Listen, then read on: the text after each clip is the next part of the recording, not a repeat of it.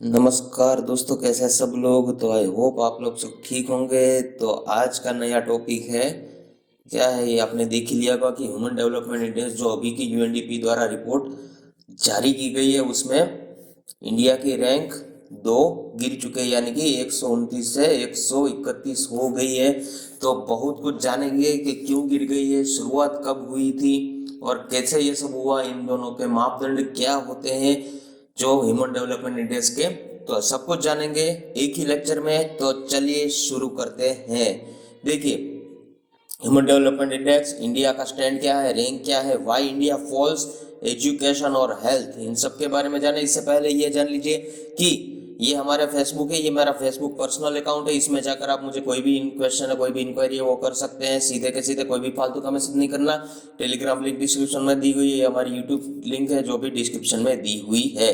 देखिए, इससे पहले ये सब क्वेश्चन मैं बता देता हूँ, ठीक है, संभावना आने की। इसके बाद लास्ट में इसका आंसर मिलेगा। देखिए, दिसंबर 2020 को संयुक्त राष्ट्र विकास कार्यक्रम मानव विकास रिपोर्ट 2020 में मानव विकास सूचकांक के संबंधी निम्नलिखित कथनों पर विचार कीजिए। तो 189 देशों की रैंकिंग प्रदान की गई है।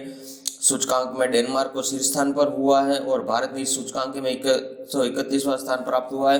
तो कौन सा कथन सही है, ये पूछा गया है। एक दो, एक और तीन, दो और तीन, और तीनों के तीनों, ठीक है। तो वीडियो सॉरी क्वेश्चन का आंसर आपको लास्ट में मिल जाएगा। तो आइए शुरू करते हैं। पहले देखते हैं कि ह्यूमन डेवलपमेंट इंडेक्स होता क्या है, कि किसके द्वारा पब्लिश होता है। तो यूएनडीपी यानी कि यूनाइटेड नेशन डेवलपमेंट प्रोग्राम द्वारा ये पब्लिश होता है। इट इज स्टैटिस्टिकल यानी कि आंकड़ों का खेल है, ठीक है। Measures country overall achievement in social and economic dimension, यानी कि जो कंट्री के द्वारा सामाजिक और आर्थिक डायमेंशन में जो अचीवमेंट उसने हासिल किए उसके बेस पर। Social and economic dimension of country are based on the, किसके द्वारा, हेल्थ ऑफ पीपल, यानी कि पीपल की स्वास्थ्य कैसा है, the level of education, education का लेवल कैसा है, और जीने का तरीका, ठीक है, जीवन प्रत्याशा, स्टैंडर्ड ऑफ लिविंग, ठीक है। तो ये होता है HDI। आपके लिए इंपॉर्टेंट है क्योंकि मेंस में आंसर में भी पूछा जाएगा, पूछा ही जाएगा, और इंटरव्यू में तो ये खास क्वेश्चन है क्योंकि अभी के अभी काफी बच्चों का इंटरव्यू होने वाला है, ठीक है। यूएनडीपी का मुख्यालय क्या है, न्यूयॉर्क, ठीक है, जो यूएसए में है। यूएनडीपी के प्रमुख कौन है, अचिम स्टेनर। स्थापित कब हुआ था, 1965 में, ठीक है। पहला मानव विकास सूचकांक कब जारी हुआ था, 1990 में। तो ये तीनों के तीनों प्रीलिम के लिए बहुत इंपॉर्टेंट है। आइए देख लेते हैं। देखिए, ह्यूमन डेवलपमेंट इंडेक्स है, उसके डायमेंशन देख लेते हैं। देखिए, लॉन्ग एंड हेल्थी लाइफ, दूसरा क्या है, नॉलेज, और तीसरा क्या है, डिसेंट स्टैंडर्ड लिविंग, ठीक है, उसके लिए है। अब इंडिकेटर और ये है डायमेंशन, ये देख लेते हैं। ये जो education index, GNI gross national index, sorry gross national income, तीसरा है। तो ये रहा नॉलेज। यहाँ पर क्या है कि एक्सपेक्टेड ईयर्स ऑफ स्कूलिंग, यानी कि स्कूल के कितने साल बिताए हैं, मीन ईयर्स ऑफ स्कूलिंग, ये है एजुकेशन इंडेक्स, ये GNI, ठीक है। और ये रहा सब उसका बायो। तो ये याद रखने वाली खास बात है, ठीक है। और नेक्स्ट क्वेश्चन अब देखते हैं क्या है कि किसकी रैंक कहाँ पर है। तो सबसे पहली रैंक आई है नॉर्वे की, दूसरी आयरलैंड, स्विट्जरलैंड, हांगकांग, और चौथी भी आइसलैंड है, छठी है, सॉरी यहाँ पर पांचवी होगी, पांचवी, और छठी है जर्मनी, ठीक है। तो आई यहाँ पर शायद 5 नंबर हो गए, नहीं, चार ही चार, सॉरी, चार ही चार दिया है, ठीक है, क्योंकि ये ऑफिशियल वेबसाइट से ही लिया गया है। तो यहाँ पर तो गलती होने का चांस है ही नहीं, ठीक है। तो आपको 1 से लेकर 6 तक, ठीक है, याद रखना है। और अपनी रैंक कहाँ पर है वो याद रखनी है। देखिए, यहाँ पर क्या है कि life expectancy at birth, expected years of schooling, mean years of schooling, and ये है ग्रॉस नेशनल इनकम, ठीक है, पर कैपिटा, यानी कि एक आदमी की पर्सनल इनकम कितनी है पर कैपिटा, ये होता है। आइए देखते हैं। देखिए, ये रहा इंडिया का रैंक, 131वीं रैंक है। बहुत मतलब 2 पायदान नीचे गिर गए हम लोग, तो अच्छी बात है नहीं है। 132वीं है होंडारूस की, 133वीं बांग्लादेश, फिर एक किरीबाती, ये सब याद रखने की जरूरत नहीं है। इंडिया की ये रैंक और 1 से लेकर 5 तक की रैंक याद रखनी है, ठीक है। देखिए, इंडिया में क्या है कि लाइफ एक्सपेक्टेंसी एट बर्थ 69%, ये तीनों के तीनों आंकड़े याद रखने हैं क्योंकि प्रीलिम्स में बैठे के बैठे ऐसे ही आंकड़े पूछे जाएंगे या फिर उसमें बदलाव किया जाएगा। तो ये तीनों तो याद होने ही चाहिए आपके स्टेट PCS में। ये क्वेश्चन बहुत इंपॉर्टेंट हो जाता है। और इंडिया की जो ग्रॉस नेशनल इनकम है पर कैपिटा कितनी है, 6681।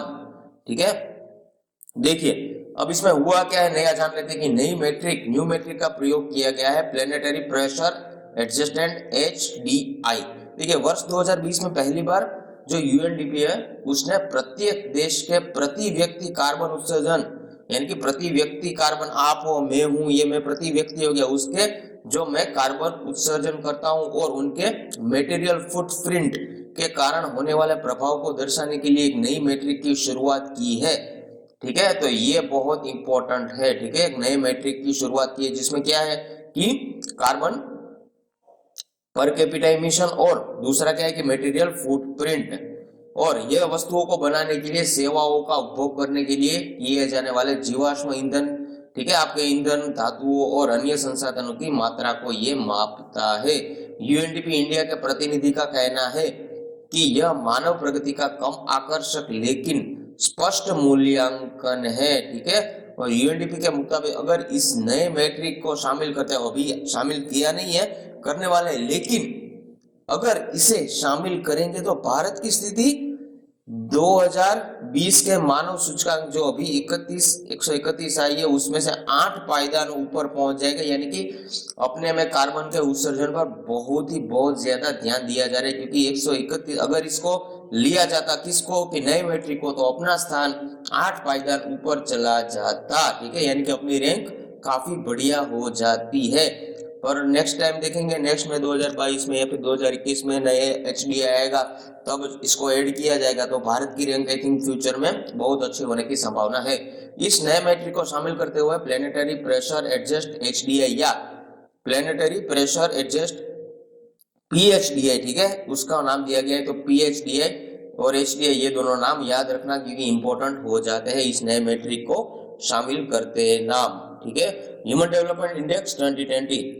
अब चिंता की बात यह है कि मानव विकास सूचकांक में भारत अपने खराब प्रदर्शन के कारण पिछड़ा रहा है। पिछड़ा क्यों रहा है? क्योंकि यार अगले साल 129 थी, ठीक है, और आप 2 पायदान नीचे गिर गए, तो ये तो अधोगति हो गई यार आपकी। तो संयुक्त राष्ट्र विकास कार्यक्रम द्वारा जारी रिपोर्ट के अनुसार 2020 के मानव सूचकांक में भारत 189 देशों में 131वां स्थान पर है। पिछले साल भारत इसमें 129 स्थान पर था, यानी इस साल भारत 2 पायदान नीचे खिसका है। HDI किसी राष्ट्र में स्वास्थ्य, इंपॉर्टेंट याद रखना, अंडरलाइन, स्वास्थ्य, शिक्षा और जीवन स्तर का मापन है। मानव विकास सूचकांक की सूची में नॉर्वे सबसे ऊपर के स्थान पर है। इसके बाद कौन से? आयरलैंड, स्विट्जरलैंड, हांगकांग, आइसलैंड जैसे देशों के नाम शामिल है। दरअसल मानव विकास सूचकांक के हमें यह बताता है कि ये इंडेक्स क्या बताता है कि किसी देश में जो लोग है उसके स्वास्थ्य, उसकी शिक्षा, उसकी स्कूलिंग पढ़ाई, उसकी पहुंच कितनी है। ठीक है, उसकी स्वास्थ्य तक पहुंच कितनी है, उसकी शिक्षा तक पहुंच कितनी है। बच्चे अगर गांव में है या फिर कोई भी विलेज है तो उसमें स्कूल में बच्चे पढ़ने जा रहे हैं, उसका स्वास्थ्य देखभाल कहाँ है, उसकी आयु एवरेज उस देश की कितनी है, 69 साल जी रहे हैं, 70 साल जी रहे हैं या फिर 50 साल जी रहे हैं, एवरेज आयु बोल रहा हूँ। उनका जीवन स्तर, जीने का तरीका, जीवन जीने का ढंग कैसा है, तो ये सब HDI द्वारा ही जारी किया जाता है। अब भाई शुरुआत किसने की थी यार HDI की, ये दिमाग में आया कहाँ से यार? तो पाकिस्तान के अर्थशास्त्री ने की थी शुरुआत। काफी मुझे जानकर भी अचंभित हुआ जब मैंने पहली बार सुना, और आप भी हुए होंगे आई थिंक, पता होगा तो कोई नहीं, पर नए बच्चे तो जरूर मतलब एक बार चौंकेंगे। देखिए पाकिस्तानी अर्थशास्त्री कौन है? महबूब अल हक ने मानव विकास सूचकांक बनाया था। तो ये बहुत ही ज्यादा IMP हो गया, इसका नाम याद रखना कि महबूब अल हक। अब दूसरा क्या कि यह इंडेक्स को अर्थशास्त्री डॉक्टर अमर्त्य सेन, यानी कि इंडिया के डॉक्टर अर्थशास्त्री है जो अमर्त्य सेन है, उसकी मानवीय क्षमता की अवधारणा पर आधारित है। यानी कि इस जो महबूब उल हक है उसको भी इसने सपोर्ट किया था। ठीक है, किसने? अमर्त्य सेन ने। तो और सेन का मानना क्या था कि क्या लोग अपने जीवन में बुनियादी चीज जैसे, यानी कि जो जीवन जीने के लिए ये चीज जरूरी है, बहुत जरूरी है, होती है बुनियादी चीज, जैसे कि कौन है? शिक्षा, स्वास्थ्य, समुचित जीवन स्तर को पाने में सक्षम है। मानव विकास सूचकांक में इन्हीं बिंदुओं पर आधारित है। इन 3 प्रमुख बिंदु है जिसके आधार पर इस इंडेक्स का निर्माण किया जाता है।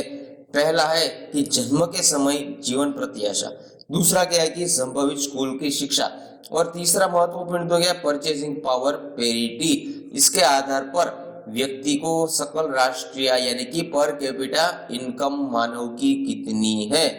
और रोटी कपड़ा और मकान के अलावा, ये तो तीनों है ही, रोटी कपड़ा और मकान, उसके अलावा शिक्षा, स्वास्थ्य और अच्छा पानी, स्वच्छ पेयजल, स्वच्छ हवा, अच्छी सड़कें, राइट टू इंफॉर्मेशन यानी कि सूचना का अधिकार, रोजगार आदि जीवन के अनिवार्य आवश्यकता है ये सब, ठीक है। और जिस देश में प्रत्येक नागरिक को इन सभी सुविधाओं को लाभ मिलता है वो इस रैंक में अच्छा होता है और उसकी जीवन प्रत्याशा और जो हैप्पी लाइफ है वो अच्छी होती है, लाइफ अच्छी होती है।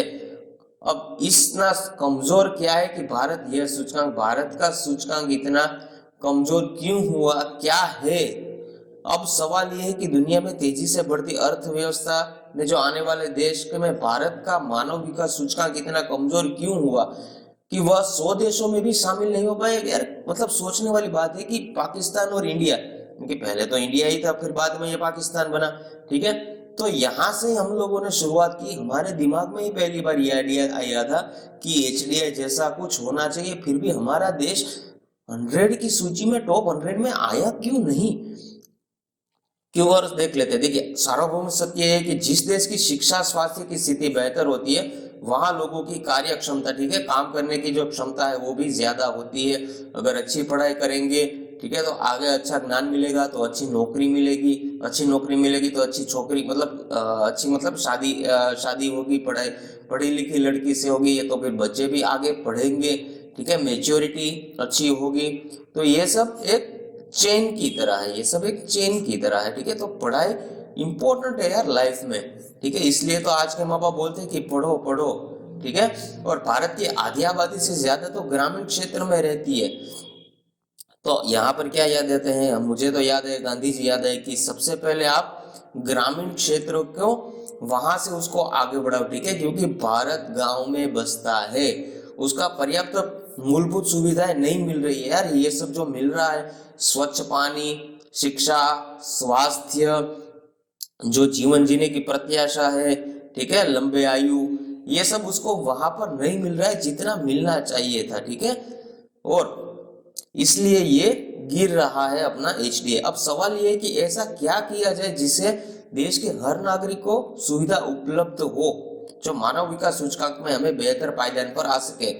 ये आसान तो नहीं है, पर इसके लिए मार्केट इकोनॉमी, अर्थव्यवस्था बूस्टिंग का मॉडल बदलना पड़ेगा, ठीक है। जो मार्केट इकोनॉमी है उसको बदलना पड़ेगा। इसके अलावा शिक्षा और स्वास्थ्य सेवाओं में सार्वजनिक निवेश में भारी वृद्धि, यानी कि आप पैसे इन्वेस्ट करिए सरकार शिक्षा और स्वास्थ्य में सबसे ज्यादा, क्योंकि आप देखिए यार, जिन लोग, ये यूरोपियन देश देखिए या फिर USA देखिए, वो स्वास्थ्य और शिक्षा पर कितनी मतलब ज्यादा पैसे, उसका बजट ही पूरा मतलब आधा तो इनमें ही चला जाता है, ठीक है। शिक्षा, स्वास्थ्य और सुरक्षा, इन तीन को इतना मतलब महत्व देते हैं कि आगे यार रास्ता काफी आसान हो जाता है, ठीक है। तो भारत को इन सब पर ध्यान देना चाहिए।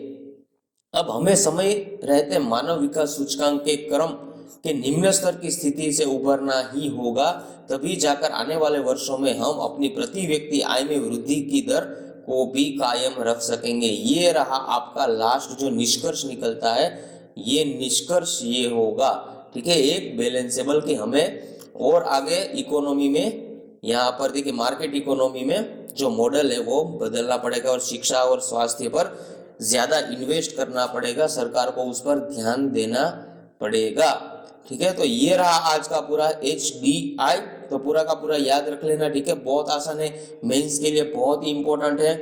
तो बस इतना ही आपके लिए काफी है जितना है। और अगर वीडियो पसंद आए तो लाइक कीजिए, शेयर कीजिए, सब्सक्राइब कीजिए, अपने दोस्तों को भी बताइए। और कोई भी आपको जहां पर भी कोई भी स्टडी में प्रॉब्लम हो तो आप डायरेक्टली मुझे AIMUPSC नाम से आप सर्च कीजिए सिर्फ, और जो लोगो मैंने पहले दिया उस पर सिर्फ मुझे मैसेज कर दीजिए। कोई भी अगर सब्जेक्ट से रिलेटेड हो, कोई भी टॉपिक से रिलेटेड हो, कुछ भी हो तो आप मुझे ज़रूर बताइए। तो इसी के साथ, और हमारा जो लास्ट न्यू ईयर मतलब आने वाला है, उस पर 1000 फैमिली मेंबर्स जुड़ने का हमने सपना देखा है, तो उसको पूरा करने में ज़रूर हेल्प कीजिए। और नए बच्चे हैं वो प्लीज़ और प्लीज़ चैनल को सब्सक्राइब कर दीजिए, क्योंकि अब हर रोज़ के रोज़ एक टॉपिक पर आपको लेक्चर मिलेगा ही, जो करंट के न्यूज़ में हो और आपके लिए इम्पोर्टेंट है। तो मिलते हैं कल। जय हिंद, जय भारत।